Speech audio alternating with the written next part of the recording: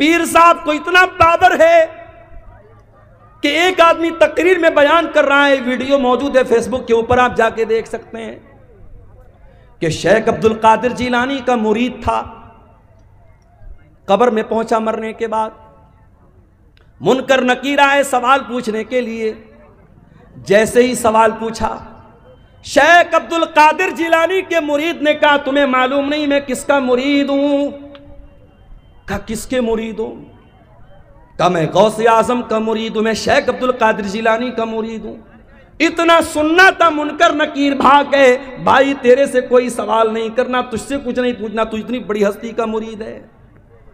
ये किस्से गढ़ने वाले, ये कहानियां गढ़ने वाले, ये करामतें गढ़ने वाले ये क्यों भूल जाते हैं कि अल्लाह के नबी से बड़ा कोई इंसान दुनिया में नहीं गुजरा, आपसे बड़े मर्तबे वाला कोई नहीं गुजरा। और आपका ये हाल है, आपका अपना बच्चा है, आपके हाथों में दम तोड़ रहा है और आप कुछ नहीं कर पा रहे हैं। यहां तो कितने मुर्दों को जिंदा कर दिया शेख अब्दुल कादिर जिलानी। या मेरे नबी अपने बच्चे को मरता हुआ देख करके रो रहे हैं और कुछ नहीं कर पा रहे। बेटा मर जाता है, मुहम्मदुर रसूलुल्लाह की आंख से आंसू निकलते और आप क्या कहते हैं? ओ लोगो, ओ मेरी प्यारी माँ बहनों, जब तुम्हारे किसी बच्चे का अल्लाह न करे कभी अगर इंतकाल हो जाए, तुम्हारा कोई अजीज अगर मर जाए, कोई रिश्तेदार अगर मर जाए, कोई करीबी अगर मर जाए और तुम्हें रोने का दिल चाहे, तुम्हारी आंखों से आंसू निकले, तुम्हें अपनी जबान से कोई लफ्ज निकालने का दिल चाहे, तो जरा अपने नबी का ये नमूना भी देख लेना। क्या फरमाया? इन्नल आइना तदमा वल कल्ब यहज़ुन वला नक़ूलु इल्ला मा यर्ज़ा रब्बुना। ऐ मेरे बच्चे इब्राहिम, तेरे जाने से तेरे बाप का दिल गमगीन है, तेरे बाप की आंखों से आंसू बह रहे हैं, तेरा बाप रो रहा है ऐ इब्राहिम, लेकिन तेरा बाप अपनी जबान से कोई ऐसी बात नहीं निकालेगा जिससे अल्लाह नाराज हो जाए। तो बेटे की ख्वाहिश तो सबको होती है मेरे भाई, नबियों को भी होती। अल्लाह कह रहा है कि जिंदगी के ये अलग अलग दौर हैं। एक खेल का दौर था, एक तमाशे का दौर था, एक अट्रैक्शन का दौर था, एक खूब पैसा कमाने का दौर था, एक दूसरे पर फख्र करने का दौर था, और फिर एक आखिरी दौर आया कि ढेर सारे बच्चे हो गए, बड़ा खानदान हो गया, बड़ी प्रॉपर्टी बना ली, बड़ी जमीन बना ली। अब जरा गौर से सुनना सिमरिया वालों, अब अल्लाह ताला दुनिया की एक मिसाल बयान कर रहा है। कमसल गैसिन आजबल कुफ्फारा नबातुहु। मेरे बंदो, दुनिया की मिसाल अल्लाह बयान कर रहा है जैसे बारिश होती है। जब बारिश होती है तो सबसे ज्यादा कौन खुश होता है? किसान खुश होता है। किसान खुश होता है। बारिश ना हो किसान खुदकुशी कर लेता है, और बारिश सही समय से हो जाए किसान खुश हो जाता है। बारिश हो रही है, अब खेती लहलहाने लगी, हरी भरी हो गई। अल्लाह फरमाता है मेरे बंदों, मैं दुनिया की मिसाल दे रहा हूं। बारिश हुई, खेती हरी भरी हो गई। तुम यही जो तुमने धान का खेत लगाया, तुमने मकई का खेत लगाया, तुमने गेहूं का खेत लगाया, एक टाइम ऐसा आया ये हरी भरी जो खेती थी ये पीली हो गई, पक गई, तैयार हो गई।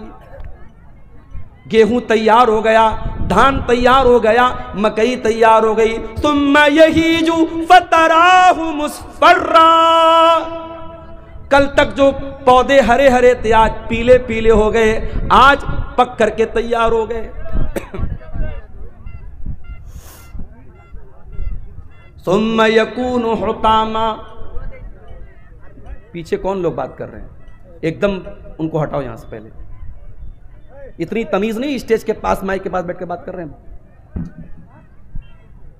सुम्मा यकूनु हुतामा, फिर ये खेती जब पक करके तैयार हो गई उसको काट दिया गया। वही खेती अपने खेत में कट करके उसको छोड़ा नहीं जाता, काट दिया जाता है जब तैयार हो जाती है।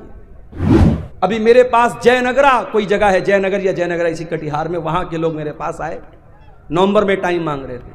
मैंने कहा भाई दिसंबर में ले लो। बोले नहीं मौलवी साहब, अभी मकई कटी है, अब दिसंबर में जब आप मांग रहे हैं, टाइम दे रहे हैं, तो उस टाइम फिर हमारी दोबारा खेती लग जाएगी, हम नहीं दे सकते। खेती का समय होता, मैं किसान नहीं हूं, मैं खेती नहीं करता हूं, लेकिन खेती करने वालों के साथ रहते हुए इतना जान गया हूं कि खेती करने का एक टाइम है, खेती काटने का एक टाइम है। खेती तैयार तो फिर उसको कोई रोकता नहीं, खेती को काट लिया जाता है। अल्लाह फरमाता है सुम्मा यकूनु हुतामा, फिर खेती को काट लिया जाता है। ऐ मेरे बंदो, तुम्हारी दुनिया की जिंदगी भी ऐसी ही है। तुम्हारी जवानी जब होती है तुम हरे भरे होते हो, फिर बुढ़ापा आता है, 40 साल के हो गए, 50 साल के हो गए, अब तुम पक चुके हो, पीले पड़ चुके हो। कभी देखा है आपने बॉलीवुड की बड़ी बड़ी हीरोइनें जो एक एक करोड़ कितने कितने करोड़ रुपए लेती हैं फिल्मों के, जब इनकी जवानी ढल जाती है, इनके बाल सफेद हो जाते हैं, फिर उनको कोई नहीं पूछता है। उम्र खत्म हो गई, अट्रैक्शन खत्म, सौंदर्य खत्म, ब्यूटी खत्म। इंसान जब बूढ़ा होने लगता है उसके जिस्म की फिटनेस खत्म होने लगती है। कोई लाखों में हजारों में कोई एक होता है जो बहुत ज्यादा कसरत करता हो, बहुत ज्यादा जिम जाता हो, बहुत ज्यादा अपनी ग़िज़ा पे ध्यान देता हो, तो वो भी 50 साल तक 55 साल तक अपने आप को मेंटेन रखेगा। फिर उसके बाद तो उस पर भी बुढ़ापा आना है ना भाई। बुढ़ापे की कोई दवा नहीं है, बुढ़ापे का कोई इलाज नहीं। अल्लाह फरमाता है मेरे बंदो तुम कल तक हरे भरे थे, आज बुढ़ापा आ गया, पक गए। सुम्मा यकूनु हुतामा, और जिस तरीके से खेती जब पक जाए तो खेती को काट लिया जाता है। ऐ मेरे बंदो, एक दिन ऐसा आएगा, मौत का फरिश्ता आएगा और तुम्हें काट डालेगा, तुम्हें खत्म कर देगा। इसी गांव के एक साहब ने बताया, 2 साल का बच्चा तालाब में डूब करके इंतकाल कर जाता है, मां बाप सब्र करने के सिवा कुछ नहीं कर पाते। इसी कटिहार के एक भाई ने बताया, उनके वालिद रास्ते से जा रहे थे, बाइक से एक्सीडेंट होता है, वालिद साहब ऑन द स्पॉट इंतकाल कर जाते हैं। कितने हादसे अपनी आंखों से हम देखते हैं, कितने जवानों के जनाजे अपने हाथों से हम उठाते हैं। मरने वाले बच्चे भी होते हैं, मरने वाले जवान भी होते हैं, मरने वाले बूढ़े भी होते हैं। मौत का फरिश्ता कभी यह देख के नहीं आता कि आपकी उम्र हो गई कि नहीं। मौत का फरिश्ता अल्लाह के हुक्म से आता है। सुम्मा यकूनु हुतामा, एक दिन तुमको कट जाना है, मर जाना है, दुनिया से चले जाना है। कब तक रहना है नहीं पता, 40 साल भी रह सकते हो, 50 साल भी रह सकते हो सकता है कि कल की सुबह का सूरज भी तुम न देख पाओ। मेरे बंदो, ये दुनिया की जिंदगी खत्म हो जाएगी। व फिल आखिरति अज़ाबुन शदीदुन व मग़फ़िरतुम मिनल्लाहि व रिज़वान, और जब अल्लाह ताला के पास जाओगे तो वहां 2 रास्ता है, एक तरफ अल्लाह का अज़ाब है, एक तरफ जहन्नम की आग है, और दूसरी तरफ अल्लाह ताला की नेमत है, अल्लाह की जन्नत है, अल्लाह का की रजा है। अब तुम तय कर लो तुमको जन्नत में जाना है कि जहन्नम में जाना है। तुम तय कर लो, तुम डिसाइड कर लो, तुम फाइनल कर लो। वमल हयातुद दुनिया इल्ला मताउल गुरूर, और ये दुनिया की जिंदगी जिस पर तुम इतना फख्र करते हो, इतना नाज करते हो, जिस दुनिया की जिंदगी के लिए तुम कितना हराम काम करते हो, कितना नाजायज काम करते हो, ये दुनिया तो धोखे का सामान है। दुनिया तो धोखा है, धोखा। बड़े बड़े बादशाहों ने जब महल बनाया तो क्या ये सोच के बनाया कि मैं मर जाऊंगा? नहीं। फिरौन इतना बड़ा बादशाह, मूसा अलैहिस्सलाम बात करने के लिए आए तो फिरौन कह रहे चुप, तू बात मत कर, तुझसे मैं क्यों बात करूं, तू है कौन? मूसा अलैहिस्सलाम ने कहा मैं अल्लाह का रसूल हूं। कहा कि अरे जाओ, तुम रसूल बन गए, मैं जानता नहीं क्या तुमको, मेरे महल में तुम पले बड़े हो, मैं जानता हूं, तू तो ढंग से बात नहीं कर सकते हो, तुम क्या नबी बनोगे? फिरौन ने हजरत मूसा का मजाक उड़ाया, क्योंकि मूसा अलैहिस्सलाम बचपन में एक आग की चिंगारी से उनकी जबान कट गई थी, इसलिए उनकी जबान में लड़खड़ाहट थी। अल्लाह की कुदरत देखो, जिस पैगंबर की जबान में लड़खड़ाहट है उस पैगंबर को अल्लाह ताला आसमान पहाड़ पे बुलाता है, कूहे तूर पे बुलाता है और उस पैगंबर से अल्लाह कलाम करता है, बातचीत करता है। और जब मूसा अलैहिस्सलाम से अल्लाह ताला ने कलाम किया तो मूसा अलैहिस्सलाम दुआ करते हैं, रब्बिश्रह ली सदरी व यस्सिर ली अमरी वहलुल उक़दतम मिन लिसानी यफ़क़हू क़ौली। परवरदिगार मेरे सीने को मेरे लिए खोल दे, मेरे मामले को मेरे लिए आसान बना दे, और अल्लाह मेरी ज़बान की लुकनत को दूर कर दे, मेरी ज़बान की गिरे को दूर कर दे, मेरी ज़बान की लड़खड़ाहट को दूर कर दे, यफ़क़हू क़ौली, ताकि लोग मेरी बात को समझ सकें। तो फिरौन ने मजाक उड़ाया, कहा अरे जाओ तुम क्या बात करोगे। अल्लाह का मजाक उड़ाया, मूसा अलैहिस्सलाम का मजाक उड़ाया। कहा कि ऐ मूसा, मैं इतना बड़ा बादशाह हूं, हाज़िहिल अनहारु तजरी मिन तहती, ये बड़ी बड़ी नदियां, ये दरियाए नील, ये दरियाए कुलजुम, ये बड़ी बड़ी नदियां, ये बड़े बड़े दरिया मेरे महल के नीचे से जाते हैं। इन दरियाओं का मैं मालिक हूं, इन नदियों का मैं मालिक हूं। अल्लाह ने कहा अच्छा, तो तुझे अपनी ताकत पे बड़ा नाज है, अपनी बादशाहत पे बड़ा नाज है, अपनी नदियों पे बड़ा नाज है, आ मैं तुझे तेरा अंजाम चखाता हूं। मूसा अलैहिस्सलाम जाने लगे, पीछे फिरौन पीछा कर रहा है। मूसा अलैहिस्सलाम ईमान वाले लोगों को लेकर के जा रहे हैं, सामने दरिया आ जाता है। मूसा अलैहिस्सलाम के साथी कहते हैं इन्ना लमुदरकून, ऐ मूसा अब तो हम अरेस्ट हो जाएंगे, गिरफ्तार हो जाएंगे, पकड़ लिए जाएंगे। सामने पानी है और पीछे फिरौन का लश्कर है। अभी हालात आप देख रहे हैं मुल्क के, क्या हो रहा है, जुल्म की कितनी इंतहा हो रही है।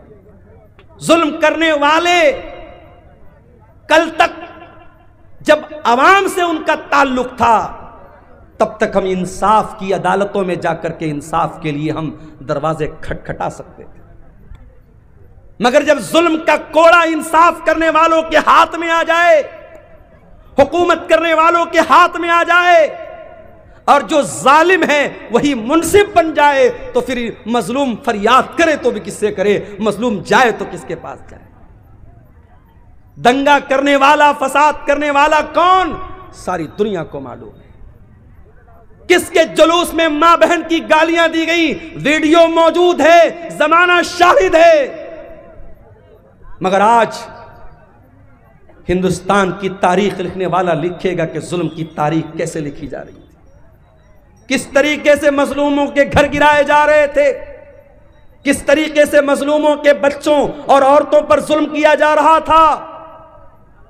याद रखो मेरे भाइयों, अल्लाह का कानून याद रखो, अल्लाह की सुन्नत याद रखो।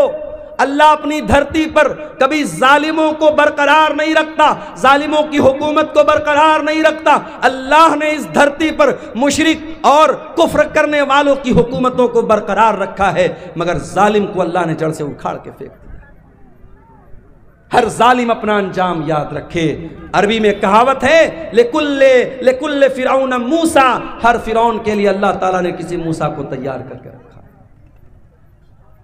मूसा अलैहिस्सलाम जा रहे हैं, पीछे फिरौन है, सामने पानी है। कौम के लोग कहते हैं Musa we will be arrested, we will be captured, हम तो पकड़ लिए जाएंगे, गिरफ्तार हो जाएंगे।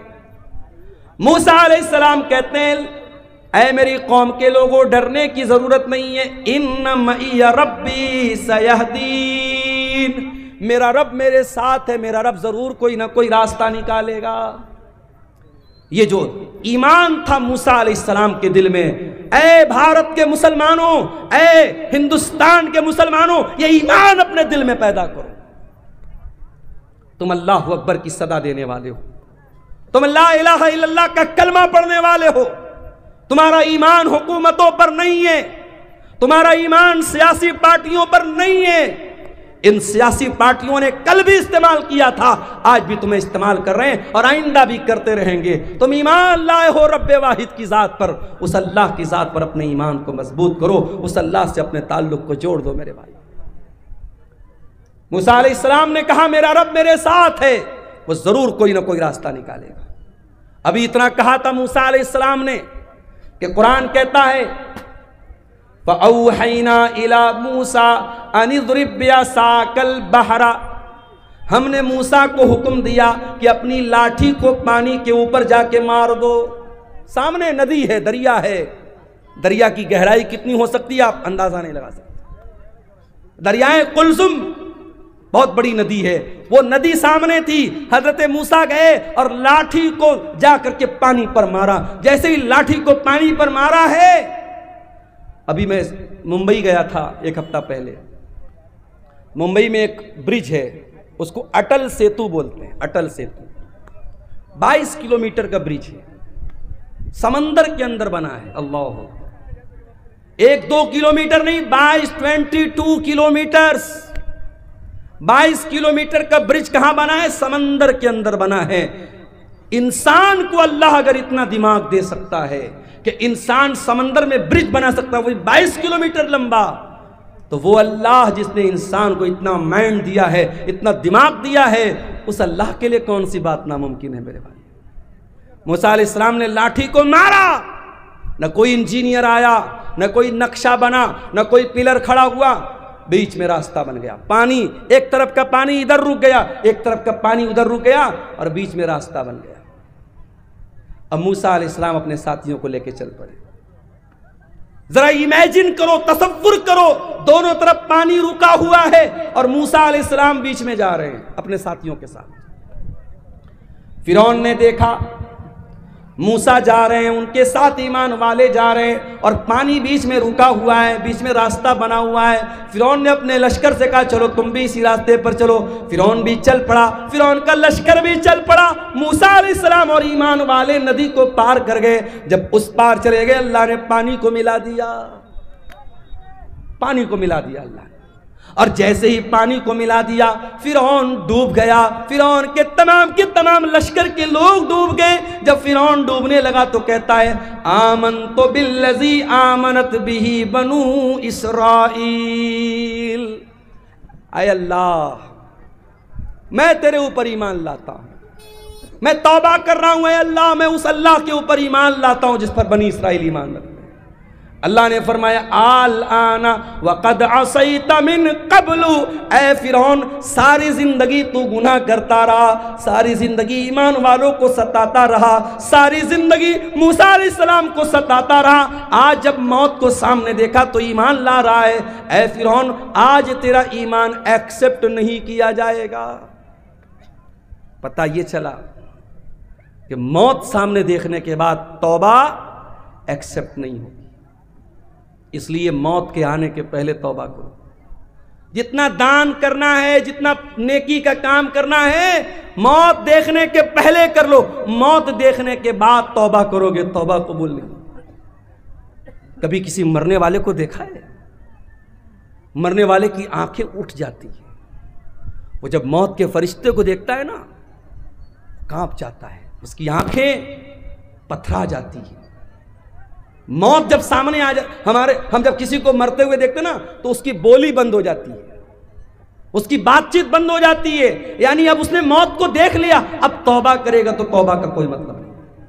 तो मौत को देखने के पहले तौबा करो। फिरौन भी मौत को देख करके तौबा कर, अल्लाह ने कहा तेरी तौबा कबूल नहीं होगी। इतने बड़े बड़े महल फिरौन ने बनाए थे, कितने बड़े बड़े बागात थे, कितने बड़े बड़े महल थे, नदियां थी, नहरें थी, तालाब थे, स्विमिंग पूल थे। अल्लाह फरमाता है कम तरकू मिन जन्नातिन व उयून व ज़ुरूइन व मकामिन करीम व नामतिन कानू फीहा फाकिहीन कज़ालिका व औरतनाहा कौमन आखरीन। फिरौन के पास कितने बड़े बड़े बागात थे, महल थे, कितने ऐशो आराम से रहा करता था। आज उसके महल में कोई और रह रहा है, उसके बाग का फल कोई और खा रहा है, उसकी नहर का पानी कोई और पी रहा है। फमा बकत अलैहिमुस समाउ वल अर्दु वमा कानू मुनज़रीन। आज फिरौन मर गया, न आसमान रो रहा है, न जमीन रो रही है, कोई रोने वाला भी नहीं, कोई आंसू बहाने वाला भी नहीं है। ऐसी मौत हुई, कोई आंसू बहाने वाला भी नहीं। तो ऐसी मौत मत मरो मेरे भाई, मरना तो सबको है। ये जमीन, ये जायदाद, ये प्रॉपर्टी सब यहीं रह जाएगी। इस दुनिया की कोई हकीकत नहीं है। वमल हयातुद दुनिया इल्ला मताउल गुरूर। ये दुनिया धोखे का सामान है, बहुत धोखेबाज है दुनिया। इंसान गुनाह करता है, उसे लज्जत मिलती है, उसे मजा आता है। मोबाइल पर गंदा वीडियो देखा, मजा आया। किसी लड़की को छेड़ दिया, मजा आया। शराब के 2-4 पैग लगा लिए, मजा आया। जिना कर लिया, मजा आया। मगर 10 मिनट के बाद, 1 घंटे के बाद, 1 दिन के बाद गुनाह का ये खुमार उतरेगा, तब एहसास होगा मैंने क्या कर दिया, मैंने क्या कर दिया, मैंने किसको नाराज कर दिया, मैंने ये क्या कर दिया। एहसास होगा मेरे भाई। अगर दिल में ईमान है, गुनाह के बाद एक न एक बार एहसास होगा। गुनाह के अंदर लज्जत है, गुनाह के अंदर मजा है, मगर गुनाह इंसान को बर्बाद कर देता है। इस दुनिया के चक्कर में पड़ के तुम गुनाह कर रहे हो, दुनिया की औरतों के चक्कर में पड़ के जवानी बर्बाद कर रहे हो। अरे चक्कर में पड़ना है तो जरा जन्नत की औरतों के चक्कर में पड़ो। अगर तैयारी करना है तो जन्नत की नेमतों के लिए करो। दुनिया की औरतों के साथ, दुनिया की लड़की। अभी मैं पटना गया था, एक सफर था मेरे, हमारे एक दोस्त थे साथ में। पटना की मार्केट में मैंने देखा एक नकाब पोश लड़की, बुर्का वाली लड़की गैर मुस्लिम लड़के के साथ टहल रही है। हमारे एक साथी थे बनारस के। मैंने कहा देखो भाई ये क्या हो रहा है। बोले मौलाना कोई हैरत की बात नहीं है। मैंने कहा क्यों? कहा ये टाइम पास है। लड़की को भी पता है कि मैं टाइम पास कर रही हूं, लड़के को भी पता है मैं टाइम पास कर रहा हूं। दोनों सीरियस नहीं है, घूम रहे हैं। ऐसा भी होता है कि लड़की एक लड़के के साथ सुबह घूम रही है, दोपहर में दूसरे लड़के के साथ घूम रही है, शाम को तीसरे लड़के के साथ घूम रही है। ये चल रहा है, टाइम पास हो रहा है। ये औरतें हैं दुनिया की, ये लड़कियां हैं दुनिया की। और जन्नत की औरतें कैसी होंगी? लम यतमिसहुन्ना इंसुन क़ब्लहुम वला जान। जन्नत की औरतें इतनी पाक दामन होंगी, इतनी पाक साफ होंगी, उनको किसी इंसान ने कभी टच न किया होगा, कभी छुआ नहीं होगा। न इंसान ने न जिन्नात ने कभी टच नहीं किया होगा। दुनिया की औरतें, उनके साथ बहुत सारी गंदगी भी लगी हुई है। जाहिर है इंसान की बॉडी है, इंसान पेशाब भी करता है, पाखाना भी करता है, नाक से गंदगी भी निकलती है, बलगम भी निकलता है। औरतों के साथ दुनिया के और भी मसले मसाइल हैं, लेकिन जन्नत की औरतों के साथ कोई मसला मसाइल नहीं होगा। वलहुम फीहा अज़वाजुम मुत्तहरतुन। दुनिया की औरतों के साथ तो बहुत सारे मसाइल और गंदगियां हैं, लेकिन जन्नत की औरतें बिल्कुल पाक और साफ होंगी। अब्दुल्लाह इब्न अब्बास इस आयत की तफसीर में कहते हैं ला यहिज़ना, जन्नत की औरतों को पीरियड नहीं आएगा। वला युहदिसना, उनको पेशाब व पाखाना की हाजत न होगी। वला यतनखमना, उनको थूक और बलगम की गंदगी नहीं होगी। पाक और साफ औरतें। दुनिया में जो औरत दुपट्टा ओढ़ती है, ओढ़नी ओढ़ती है, पर्दा करती है, समझ जाओ कि वो जन्नती औरत है, इसलिए कि जन्नत की औरत के सर पर भी दुपट्टा होगा। अल्लाह के नबी फरमाते हैं, बुखारी और मुस्लिम की रिवायत है, लवी तलात इलत दुनिया, अगर जन्नत की औरत दुनिया में एक मर्तबा झांक दे, एक नजर डाल दे, मलात मा बैनहुमा रीहा, उसकी खुशबू से जमीन व आसमान भर जाएंगे। इतनी बेहतरीन खुशबू, जन्नत की औरत सिर्फ एक नजर झांक दे दुनिया में, उसके परफ्यूम से, उसके फ्रेग्रेंस से, उसकी खुशबू से, उसके सेंट से दुनिया भर जाएगी।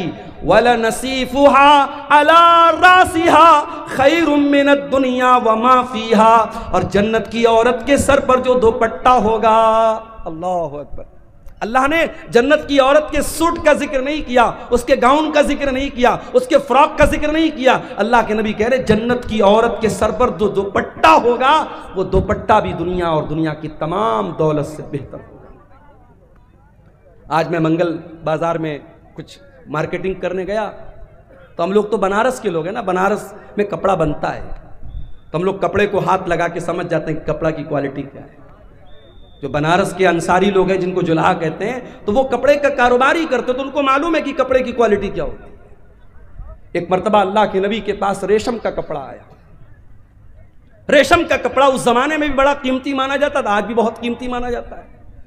बनारस में आप जाएंगे साड़ी की मार्केट में, 500 रुपये की साड़ी भी है, 50,000 रुपये की भी साड़ी है। 50,000 की साड़ी में क्या स्पेशल है? उसमें प्योर रेशम है, प्योर सिल्क है, और उसमें ओरिजिनल सोने की जरी है, तो उसकी कीमत 50,000 रुपया भी है।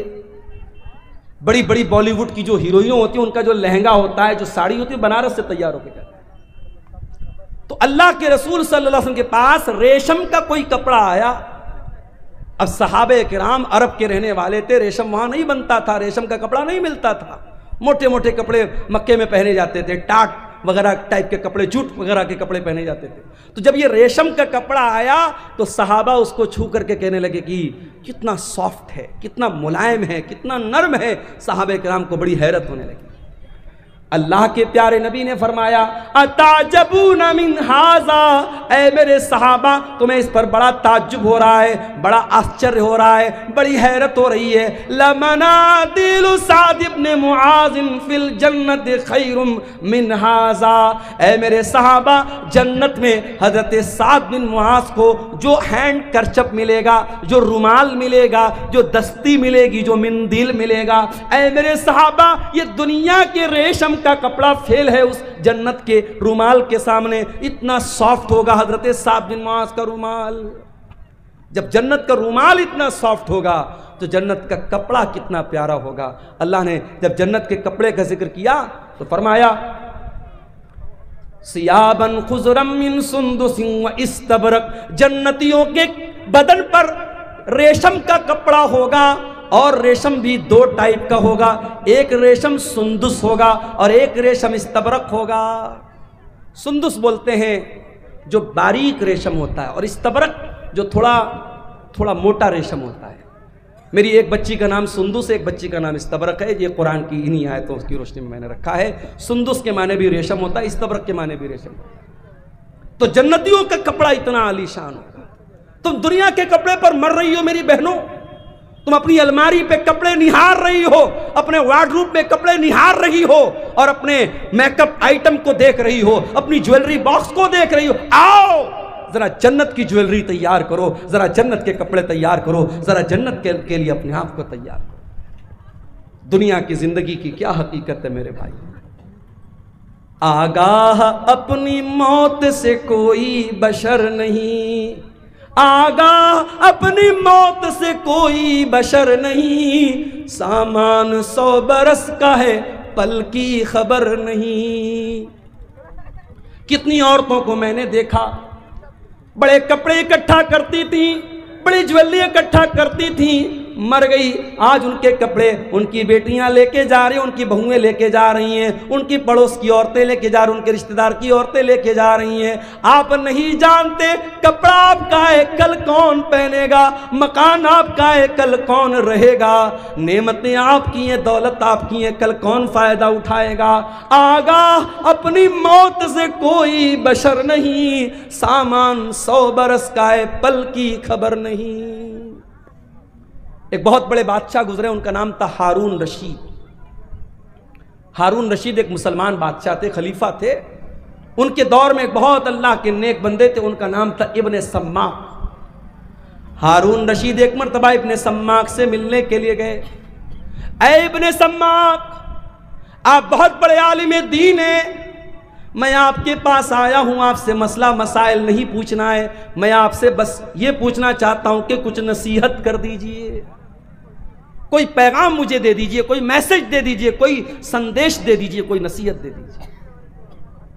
इब्ने सम्माक ने कहा, अमीरुल मोमिनीन, सपोज कर लीजिए, तसव्वुर कर लीजिए कि आप एक सहरा में जा रहे हैं, एक रेगिस्तान में जा रहे हैं, खाना खत्म हो गया, पानी खत्म हो गया, आपको बड़ी जोर की प्यास लग गई और दूर दूर तक पानी नहीं मिल रहा है। आप जैसे जैसे आगे बढ़ रहे हैं, आपका गला सूख करके कांटा हो रहा है और प्यास से आपका बुरा हाल हो रहा है। इतने में एक आदमी आता है और उसके पास एक प्याला पानी है। उसने कहा, ऐ खलीफा, मैं आपको एक प्याला पानी देने को तैयार हूं, शर्त यह है कि आप अपनी आधी बादशाहत मुझे दे दें। तो ऐ बादशाह सलामत, ऐ अमीरुल मोमिनीन, क्या आप अपनी बादशाहत को बचाएंगे या उसको बादशाहत दे करके पानी ले लेंगे? हारून रशीद ने थोड़ी देर सोचा, कहा कि ए इब्ने सम्माक, मैं बादशाहत दे दूंगा, पानी ले लूंगा, क्योंकि जान बचाना जरूरी है, मेरी जान जा रही है प्यास के मारे, मैं आधी बादशाहत दे दूंगा और पानी ले लूंगा। इब्ने सम्माक ने कहा, बादशाह सलामत, अब सपोज कर लो वो पानी आपने पी लिया, अब वो पानी आपकी बॉडी में जाकर के अटक गया, अब आपको जोर की पेशाब लग गई, लेकिन पेशाब के रास्ते से पेशाब नहीं निकल पा रहा है, आप बेहाल हो गए, आपको अपनी जिंदगी खतरे में नजर आने लगी, आप पेशाब के रुक जाने से आप परेशान हैं। इतने में एक दूसरा आदमी आता है और वो कहता है, ऐ अमीरुल मोमिनीन, आपको मैं ऐसी दवा दे दूंगा कि आपका पेशाब निकल आएगा, आप रिलैक्स फील करेंगे, आपका दर्द खत्म हो जाएगा, शर्त यह कि आप अपनी बाकी आधी बादशाहत मुझे दे दें। तो ऐ बादशाह सलामत, क्या आप अपनी जान बचाएंगे या उसको अपनी बादशाहत दे देंगे? हारून रशीद ने कहा कि मैं अपनी आधी बादशाहत दे दूंगा और उससे वो दवा ले लूंगा ताकि मेरा पेशाब हो जाए, मेरी तकलीफ दूर हो जाए, मेरी जान बच जाए। इब्ने सम्माक ने कहा, बस ऐ हारून रशीद, फंजुर या अमीरल मोमिनीन इला मुल्की का हाजत तवीली वल अरीस, ऐ बादशाह सलामत, इतनी लंबी चौड़ी आपकी बादशाहत है, ला तुसावी शरबतन व बउलतन, इतनी बड़ी बादशाहत की क्या हैसियत है कि पेशाब के चंद कतरे और पानी के चंद कतरों की वैल्यू आपकी सारी हुकूमत के बराबर है। ऐ बादशाह सलामत, कभी इस हुकूमत पर नाज न करना, कभी गुरूर न करना, अगर वक्त पड़ गया तो पानी के चंद कतरों के बराबर आपकी बादशाहत है और पेशाब के चंद कतरों के बराबर आपकी बादशाहत है। मेरे भाइयों, ये है दुनिया की हकीकत। दुनिया के पीछे मत मरो मेरे भाइयों। हर जुमा के दिन आप सुनते हैं इमाम साहब सूरह आला की तिलावत करते हैं, बल तुसिरूनल हयातद दुनिया वल आखिरतु खैरुम व अबका। मेरे बंदो, तुम दुनिया की जिंदगी को तरजीह देते हो, तुम दुनिया की जिंदगी को ऊपर रखते हो, जबकि आखिरत की जिंदगी ज्यादा बेहतर और ज्यादा बाकी रहने वाली है। तुम्हें तो आखिरत की तैयारी करना चाहिए। अब सवाल पैदा होता है कि क्या हम दुनिया में ना रहें, दुनिया का हक अदा ना करें, बीवी का हक अदा ना करें, बच्चों का हक अदा ना करें? नहीं, ये इस्लाम की तालीम नहीं है। हमें दुनिया में रहना है, हमें बीवी का हक भी अदा करना है, हमें बच्चों का हक भी अदा करना है, हमें माँ बाप का हक भी अदा करना है, लेकिन हमें दिल नहीं लगाना है दुनिया से। जगह जी लगाने की दुनिया नहीं है, ये इबरत की जा है, तमाशा नहीं है। दिल लगाओ तो जन्नत से लगाओ, दिल लगाओ तो आखिरत से लगाओ। दुनिया दिल लगाने का ठिकाना नहीं है। दुनिया में कैसे रहना है? अल्लाह के प्यारे नबी अब्दुल्ला इब्ने उमर का कंधा पकड़ करके कहते हैं, कुन फिद दुनिया का गरीब। अय अब्दुल्ला, दुनिया में ऐसे जिंदगी गुजारो जैसे परदेसी जिंदगी गुजारता है। बिहार के बहुत सारे लोग बंबई में रहते हैं, बंबई में दंगा हो जाता है, फसाद हो जाता है, तो बंबई में जो बिहार का रहने वाला, यूपी का रहने वाला, बंगाल का रहने वाला आदमी है, वो डर जाता है कि यार मेरा तो यहां कोई नहीं है, ये तो परदेश है, मेरा गांव नहीं है, मेरा इलाका नहीं है, मेरा क्या होगा। वो रहता है बंबई में, कमाता है बंबई में, खाता है बंबई में, मगर उसे अपना असल वतन याद रहता है। वो कटिहार के फला गांव का रहने वाला है, वो गांव से याद रहता है। अल्लाह के नबी फरमाते हैं, तुम दुनिया में इस तरीके से जिंदगी गुजारो जैसे कोई अजनबी, कोई परदेसी जिंदगी गुजारता है। औ आबिरु सबीलिन, या ऐसे जिंदगी गुजारो जैसे कोई मुसाफिर जिंदगी गुजारता है। मुझे कल कटिहार से निकलना है, इंटरसिटी पकड़ना है, इंटरसिटी पटना जा रही है, रास्ते में बेगूसराय भी आ रहा है, रास्ते में मानसी भी आ रहा है, रास्ते में महेश खुंड भी आ रहा है, रास्ते में बरौनी भी आ रहा है। मुझे भूख लगेगी, मैं उतर करके चिप्स ले लूंगा, मैं बिस्किट ले लूंगा, मैं नमकीन ले लूंगा, मगर मुझे मालूम है मुझे पटना तक जाना है, मेरी मंजिल पटना है, मेरी मंजिल बनारस है। मैं जा करके ठहरूंगा अपनी मंजिल पर, मैं जा करके रुकूंगा अपनी मंजिल पर। मैं बीच के स्टेशनों से फायदा तो उठा सकता हूं, मगर मेरा टारगेट मेरी मंजिल होगी, मेरा मकसद मेरी मंजिल होगी। अल्लाह के नबी कह रहे हैं दुनिया में ऐसे जिंदगी गुजारो जैसे मुसाफिर जिंदगी गुजारता है। और सहाबे किराम हमारी तरह रात में 2-2, 3-3 बजे तक तकरीर नहीं सुनते थे। नबी ने इतनी हदीस बयान की, अब्दुल्लाह इब्न उमर ने सुन लिया। अब अब्दुल्लाह इब्न उमर खुद कहते हैं, ओ लोगो कान खोल करके सुन लो, इज़ा अस्बहत फला तंतज़िरिल मसा, जब सुबह हो जाए तो शाम का वेट न करो, शाम की प्रतीक्षा न करो, शाम का इंतजार न करो, शाम हो जाए तो सुबह का इंतजार न करो।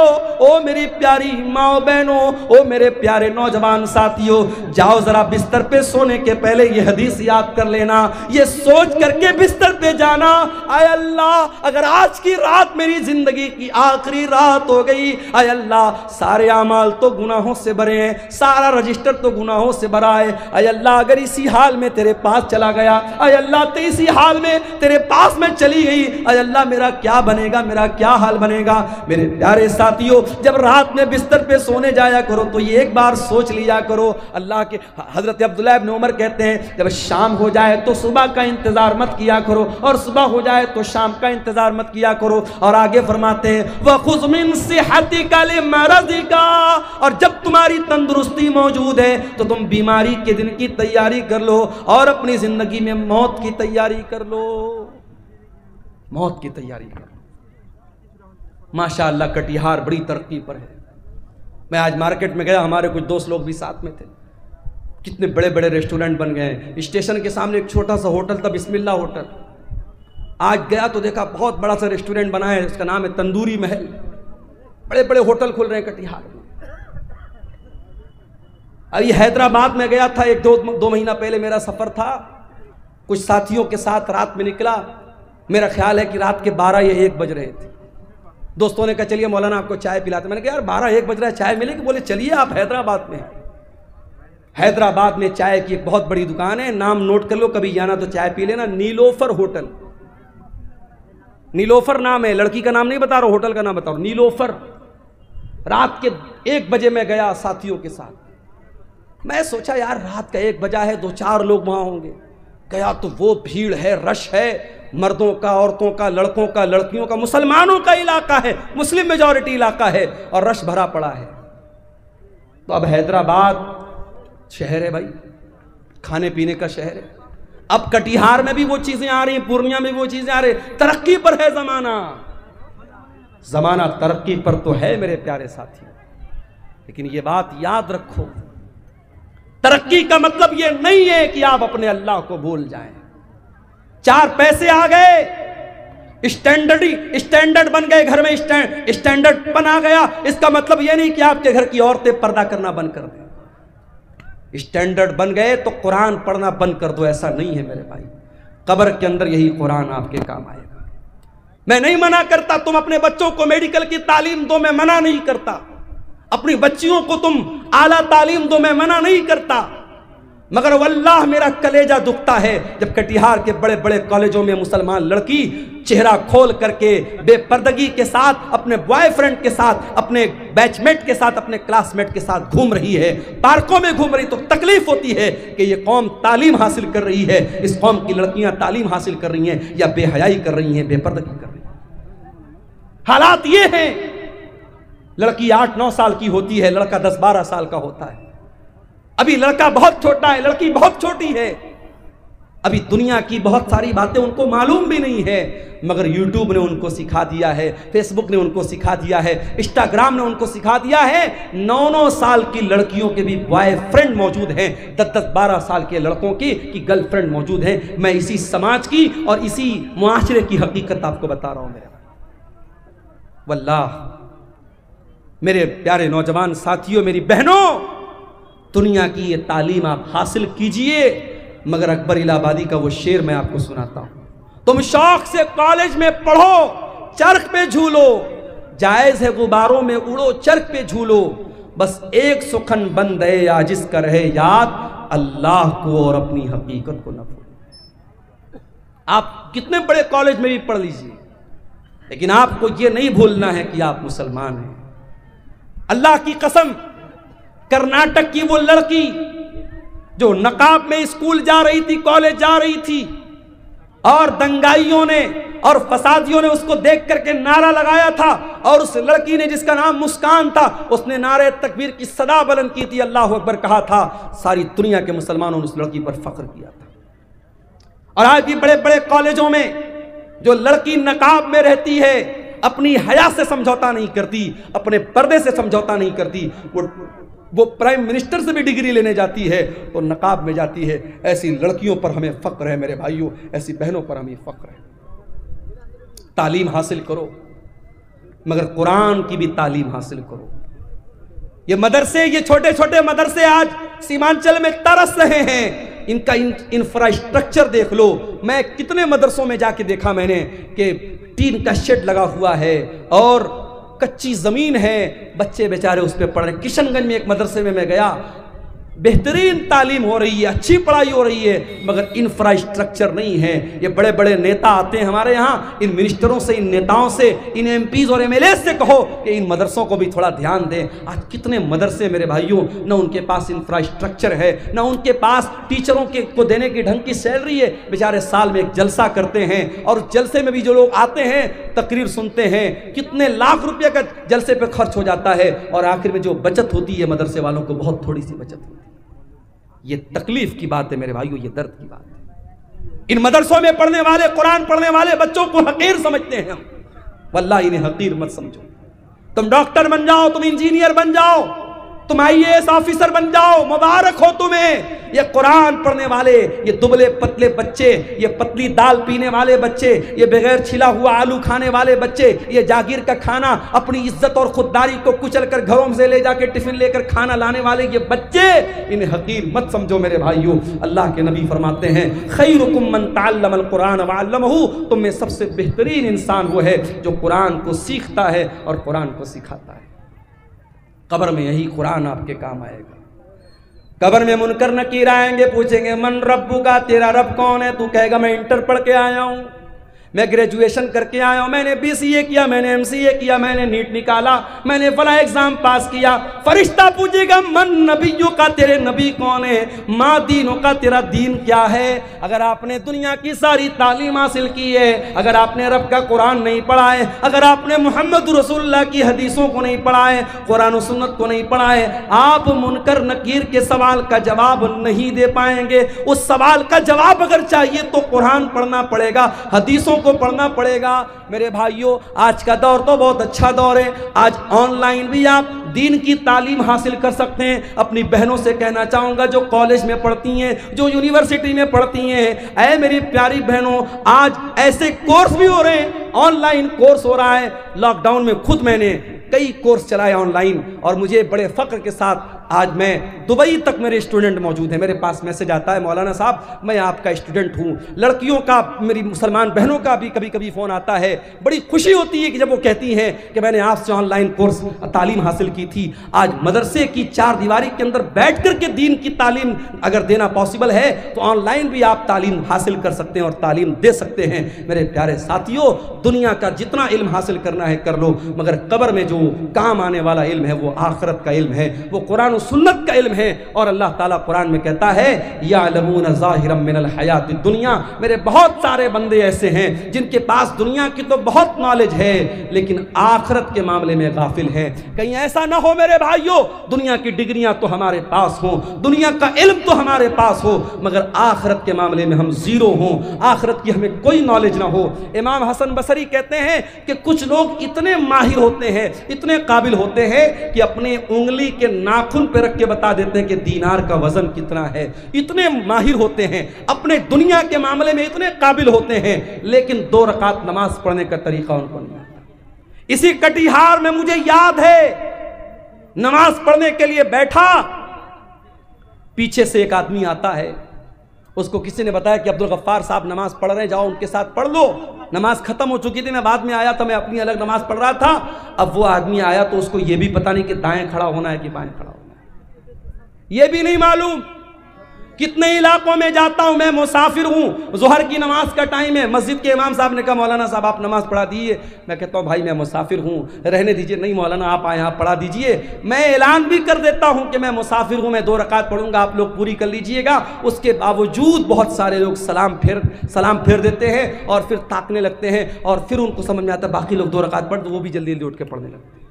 मालूमात नहीं है मेरे भाई, जबकि हर जलसे में जा रहे हैं, हर तकरीर सुन रहे हैं, इतनी तकरीरें सीमांचल में हो रही हैं, मगर दीन की जो तालीम है मेरे भाइयों, जो कुरान का दर्स है, जो नमाज का तरीका है, जो अकीदे की मोटी मोटी बातें हैं, वो आज मैं गांव-गांव जाता हूं तो मैं देखता हूं वो चीज़ें भी हमें नहीं मालूम। हम बड़े फ़ख्र के साथ पूरे इंडिया में हम बयान करते हैं कि ये शेरशाबादी ये कौम है, जो सीमांचल के अंदर ये कौम है, और 90% ये कौम अहले हदीस कौम है, मगर आज शेरशाबादियों में भी तावीज़ पहना जा रहा है। आज शेरशाबादियों में भी बाज बस्तियों में कब्र परस्ती शुरू हो गई है, तावीज़ और गंडा शुरू हो गया है, हराम किस्म की झाड़ फूक शुरू हो चुकी है। क्यों? क्योंकि अकीदा मजबूत नहीं है, तौहीद मजबूत नहीं है, दीन का इल्म नहीं है। मेरे प्यारे साथियों, दीन का इल्म हासिल करो। दीन का इल्म ही आपको कयामत के दिन भी काम आएगा और कब्र में भी काम आएगा। मैं मना नहीं करता, आप दुनिया की तरक्की हासिल कीजिए, दुनिया को कामयाब बनाइए, मगर कुरान हमें जो दुआ सिखाता है, रब्बना आतिना फिद दुनिया हसना व फिल आखिरति हसनतन व क़िना अज़ाबन्नार। ऐ अल्लाह तू दुनिया की भी भलाई हमको अता फरमा दे और आखिरत की भलाई भी हमको अता फरमा दे और जहन्नम की आग से हमको बचा ले। दुनिया में आप तरक्की करें, इस्लाम को कोई एतराज़ नहीं है, मगर दुनिया की 50 साल की ज़िंदगी में आप तरक्की कर लें, पैसा कमा लें, नाम कमा लें, इससे इम्पॉर्टेंट बात यह है, इससे अहम बात यह है कि जो परमानेंट लाइफ है, जो फॉरएवर है, जो हमेशा रहने वाली ज़िंदगी है, मेरे भाइयों उस ज़िंदगी के लिए आपने क्या तैयारी की है, उस पर आप मेहनत कीजिए। अल्लाह के नबी सल्लल्लाहु अलैहि वसल्लम एक दुआ किया करते थे, बड़ी प्यारी दुआ है, मैं आपको बता रहा हूँ, अगर आपको याद करना है, दुआ की एक पतली सी किताब आती है, नाम नोट कर लीजिए, हिस्नुल मुस्लिम। ये किताब आपको कहीं भी मिल जाएगी, अगर मोबाइल आपके पास मौजूद है, उसके प्ले स्टोर में जाके आप टाइप कीजिए हिस्नुल मुस्लिम, तो ये किताब वहाँ पर भी आपको मिल जाएगी। अल्लाह के नबी बड़ी प्यारी दुआ करते थे, अल्लाहुम्मा अस्लिह ली दीनी अल्लज़ी हुवा इस्मतु अमरी व अस्लिह ली आखिरती अल्लती व अस्लिह ली दुनियाया अल्लती फीहा माआशी। ऐ अल्लाह मेरे दीन को सही कर दे, मेरे दीन की इस्लाह कर दे, क्योंकि दीन ही मेरे मामले की बुनियाद है। और अल्लाह मेरी दुनिया को भी तू अच्छा कर दे, क्योंकि मुझे जिंदगी दुनिया में गुजारना है। वो अस्लिह ली आखिरती अल्लती इलैहा माआदी। और अल्लाह मेरी आखिरत को भी तू दुरुस्त कर दे, क्योंकि मरने के बाद मुझे लौट करके आखिरत की तरफ जाना है।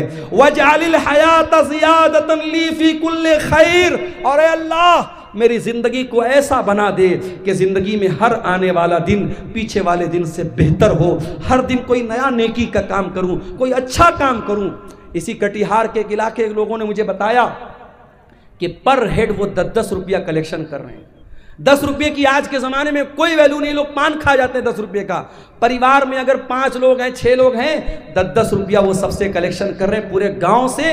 और इस तरीके से 1 साल लोगों ने कलेक्शन किया है। गांव का नाम मुझे याद नहीं है, उस गांव के लोगों ने मुझे बताया, अभी शाम को मुझसे मुलाकात हुई थी, कि हर महीने 40,000 50,000 रुपया कलेक्शन कर रहे हैं और 1.5 साल में उन्होंने 16-17 लाख रुपया इकट्ठा कर लिया है। एक बड़ा फंड हो गया है। मस्जिद का कोई मसला आ जाए, कब्रिस्तान का कोई मसला आ जाए, 10-10 रुपया कोई भारी भी नहीं पड़ने वाला, हर हफ्ता वो वसूल रहे हैं। और पूरी ट्रांसपेरेंसी के साथ, पूरी पारदर्शिता के साथ बाकायदा एक ग्रुप बनाया है, व्हाट्सएप पर बाकायदा मैसेज में हर हफ्ता बता देते हैं इतना कलेक्शन हुआ, इतना अमाउंट आया है। मेरे प्यारे साथियों, ये मदरसे जो आपके गांव-गांव में मकतब चल रहे हैं, ये साल में जलसा करके छोटे छोटे बच्चों को ऑटो पर बिठा के जो भीख मांगते हैं हम, उससे तो बेहतर है इस तरीके की कोई हम शक्ल निकालें कि 10-10 रुपया भी अगर हम हर परिवार के हर मेंबर से लें और एक बड़ी रकम इकट्ठा हो जाए, हम अच्छी सैलरी दें और अच्छे उलमा को और अच्छे टीचरों को हम रखें, हमारी कौम के बच्चे कुरान और हदीस पढ़ें। ये मुझे बड़ा अच्छा लगा, ये करने का काम लगा जो आपके सीमांचल में ये काम किया जा सकता है। मुझे तकलीफ होती है मेरे भाइयों, आज अपने खाने पर, पहनने पर, मुझे इसी शेरशाबादी समाज के लोगों ने बताया कि आज शेरशाबादियों में ऐसे भी गांव हैं जहां शादियों में डीजे बज रहा है। मुसलमान आदमी की शादी है, अहले हदीस की शादी है, शेरशाबादी की शादी है और शादी में डीजे बज रहा है। बाप भी बेशरम लोगों की तरह नाच रहा है, माँ भी बेशरम लोगों की तरह नाच रही है, ये नाच गाना हो रहा है। मेरे प्यारे साथियों, अल्लाह का अजाब नहीं आएगा तो क्या आएगा? यही वो दौर था, अल्लाह के प्यारे नबी ने बताया था कि मेरी उम्मत पर वो दौर आएगा, खसफुन व मसखुन, मेरी उम्मत के लोगों को जमीन में धसा दिया जाएगा, मेरी उम्मत के लोगों पर आसमान से पत्थर बरसेंगे और मेरी उम्मत के लोगों को सुअर और बंदर बना दिया जाएगा। ऐसा दौर आएगा। सहाबा ने कहा, अल्लाह के नबी ऐसा दौर कब आएगा? आपने फरमाया, इज़ा ज़हरतिल क़ैनात वल मआज़िब, जब नाचने गाने वालियां मुसलमानों के घरों में आ जाएंगी, वशुरबतिल खुमूर, और मुसलमान शराब पीने लगेगा। अरे शराब तो बहुत हल्की चीज हो गई। आज आपके कटिहार और किशनगंज की रिपोर्ट मेरे पास मौजूद है। आज गांजा पी रहा है मुसलमान का बच्चा, आज चरस का नशा कर रहा है मुसलमान का बच्चा, आज हीरोइन का नशा कर रहा है मुसलमान का बच्चा। आज ये नशे हमारी कौम को डुबो रहे हैं, हमारी कौम के नौजवानों को बर्बाद कर रहे हैं। मेरे प्यारे साथियों, अल्लाह का अजाब अगर आ रहा है तो वजह यही है।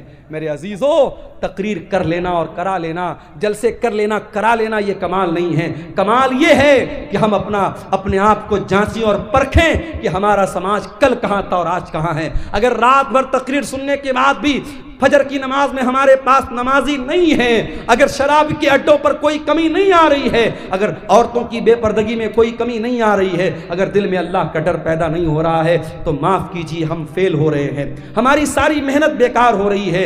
हमें इस पर गौर करने की ज़रूरत है। इतना बड़ा सरमाया, सीमांचल में हज़ारों जलसे हो रहे हैं, उम्मत का कैपिटल लग रहा है, उम्मत का सरमाया लग रहा है। इन जलसों से हम क्या हासिल कर रहे हैं? हमारी कौम क्या हासिल कर रही है? हम अपने अंदर सुधार कर रहे हैं कि नहीं कर रहे हैं? अपने अंदर परिवर्तन कर रहे हैं कि नहीं है? इस पर हमें गौर करने की ज़रूरत है। मेरे अजीज़ों, आज का ये जलसा मस्जिद के लिए जलसा था। मुझसे पहले आपने उलमा की तकरीरें भी सुनी और जो चंदा करने वाले मौलवी थे उनके हाथों पर आपने चंदा दिया। जाते जाते भी मेरी गुजारिश है कि अल्लाह के घर में आप ताउन करके जाइएगा। हमारे यहाँ लोग LIC लेते हैं।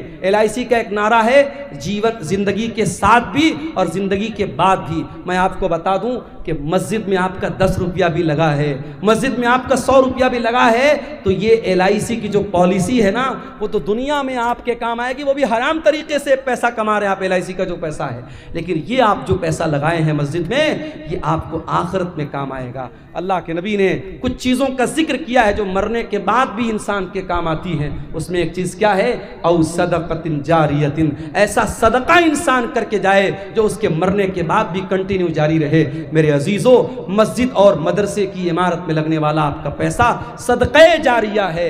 आज हम लोग बड़े खुश होते हैं, साहब मौलाना मुतीउर रहमान साहब के ज़रिए मस्जिद बन रही है, फला मौलाना साहब के ज़रिए मस्जिद बन रही। कभी आपने गौर किया, ये जितने मशारी का काम करने वाले उलमा हैं, ये अपना पैसा तो नहीं लगा रहे हैं। ये अरब के कुछ लोग हैं, अल्लाह के नेक बंदे, कोई अपनी माँ के नाम से मस्जिद बनवा रहा है, कोई अपने बाप के नाम से ट्यूबवेल लगवा रहा है, कोई अपने भाई के नाम से मदरसा बनवा रहा है। जो जज्बा अरब के लोगों में पैदा हुआ और हिंदुस्तान और बिहार, बंगाल और नेपाल में उनके पैसे से मस्जिद बन रही है, तो वो जज्बा क्या हमारे अंदर पैदा नहीं हो सकता? मेरे प्यारे साथियों, वो जज्बा यकीनन पैदा हो सकता है। वो जज्बा पैदा करो।